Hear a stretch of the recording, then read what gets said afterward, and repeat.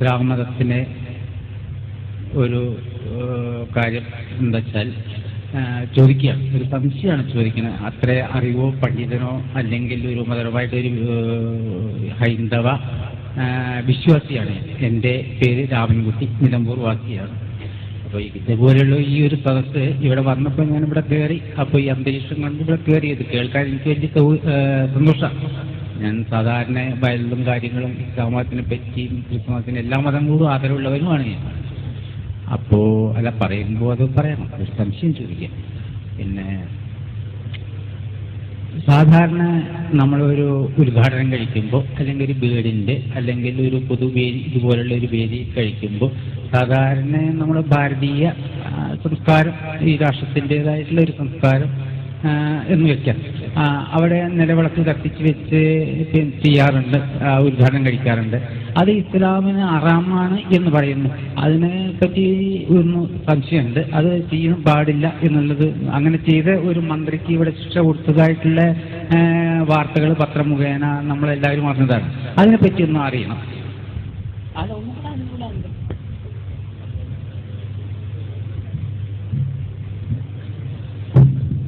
ബഹുമാനനായ സഹോദരൻ രാമൻകുട്ടിയുടെ ചോദ്യം ഈ ഭാരതീയ സംസ്കാരത്തിൻ്റെ ഒരു ലക്ഷണമായ നിലവിളക്ക് കത്തിക്കുന്നതിനെ കുറിച്ച് ഇസ്ലാമികമായ വീക്ഷണമാണ്. ചോദ്യത്തിൻ്റെ സംക്ഷിപ്ത അതാണെന്നാണ് ഞാൻ മനസ്സിലാക്കുന്നത്. എന്താണ് ഇവിടെ നിലവിളക്കിനോട് ഇസ്ലാമിനുള്ള വിരോധം? വിളക്കിനോട് ഇസ്ലാമിന് ഏതായാലും വിരോധമില്ല. അങ്ങനെ വിരോധം ഉണ്ടെങ്കിൽ ഇസ്ലാമിന് നിലനിൽക്കാനും കഴിയില്ല. കാരണം ഇലക്ട്രിക് ലാമ്പ് കണ്ടുപിടിച്ചിട്ട് കുറച്ച് കാലമായിട്ടുള്ളൂ. അതിനു മുമ്പ് നമ്മളെല്ലാവരും ഉപയോഗിച്ചതാണ് വിളക്ക്. ആ വിളക്കിനോട് ആർക്കെങ്കിലും വല്ല വിരോധമുണ്ടോ? ഒരു വിരോധമില്ല. പിന്നെ എന്താ നിലവിളക്ക്? നിലവിളക്കിന്റെ ആകൃതിയോടോ അല്ലെങ്കിൽ നിലവിളക്കുണ്ടാക്കിയ ആ ഓടിനോടോ അല്ലെങ്കിൽ നിലവിളക്കുണ്ടാക്കിയ അതിൻ്റെ ആ നിർമ്മാതാവിനോടോ ഒന്നും തന്നെ നമുക്ക് ആർക്ക് യാതൊരു വിരോധവുമില്ല. പിന്നെ എന്താണ് പ്രശ്നം? നിലവിളക്ക് കത്തിച്ച് ഉദ്ഘാടനം ചെയ്യണമെന്ന് തീരുമാനിക്കുവാൻ കാരണമെന്താണ്? അവിടെ നിന്നാണ് പ്രശ്നത്തിന്റെ വേര്. നിലവിളക്ക് കത്തിച്ച് ഉദ്ഘാടനം ചെയ്യണമെന്ന് തീരുമാനിക്കാൻ കാരണം ഭാരതീയമായ ഒരു ആചാരമാണ് നിലവിളക്ക് കത്തിക്കൽ. ഈ ഭാരതീയമായ ആചാരം എവിടെ നിന്നുണ്ടായതാണ്? ഭാരതത്തിലെ അഗ്നി ആരാധനയുമായി ബന്ധപ്പെട്ട സങ്കല്പങ്ങളിൽ നിന്ന് ഉണ്ടായി വന്നിട്ടുള്ളതാണ് ഈ ആചാരം. അവിടെയാണ് പ്രശ്നം. ഞാൻ പറഞ്ഞല്ലോ, മുഹമ്മദ് റസൂലുള്ളാഹി സ്വല്ലല്ലാഹു അലൈഹി വസല്ലമയെ ഒരു മനുഷ്യൻ ആരാധിക്കുന്നുവെങ്കിൽ അയാൾ ഇസ്ലാമിന്റെ വൃത്തത്തിൽ നിന്ന് പുറത്താണ്. പിന്നെ ദൈവത്തിന്റെ ഒരു കേവലം സൃഷ്ടിയായ അഗ്നി ആരാധിക്കുന്നുവെങ്കിലോ? അപ്പോ ഈ അഗ്നി ആരാധനയുമായി ബന്ധപ്പെട്ട ഒരു ആചാരമാണ് നിലവിളക്ക് കത്തിക്കുക എന്ന ആചാരം. ആ ആചാരം അത് ഭാരതീയമായതുകൊണ്ടുള്ള എതിർപ്പല്ല നമുക്ക്.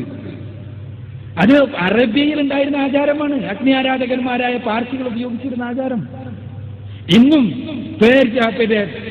പേർഷ്യയിലുള്ള അഗ്നി ആരാധകന്മാർ, പാർസികൾ, അവര് പാർസി മതത്തിന്റെ ആളുകൾ, സെന്റവസ്ഥയുടെ കീഴിൽ ജീവിതം നയിച്ചുകൊണ്ടിരിക്കുന്ന ആളുകൾ, പാർസികൾ എന്ന് സ്വയം വിളിക്കുന്ന ആളുകൾ, അവർ അഗ്നി ആരാധനയുമായി ബന്ധപ്പെട്ട കർമ്മങ്ങൾ ചെയ്യുന്നുണ്ട്.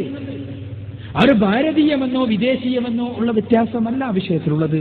മറിച്ച് സർവലോക രക്ഷിതാവായ തമ്പുരാന്റെ അവനെ മാത്രം ആരാധിക്കണമെന്ന ആശയത്തിനെതിരെ അറേബ്യനായാലും ഭാരതീയമായിരുന്നാലും ആഫ്രിക്കനായിരുന്നാലും അമേരിക്കനായിരുന്നാലും പാശ്ചാത്യനായിരുന്നാലും പൗരസ്ത്യനായിരുന്നാലും ഏത് ആചാരവും സ്വീകരിക്കുവാൻ മുസ്ലിമിന് കഴിയില്ല.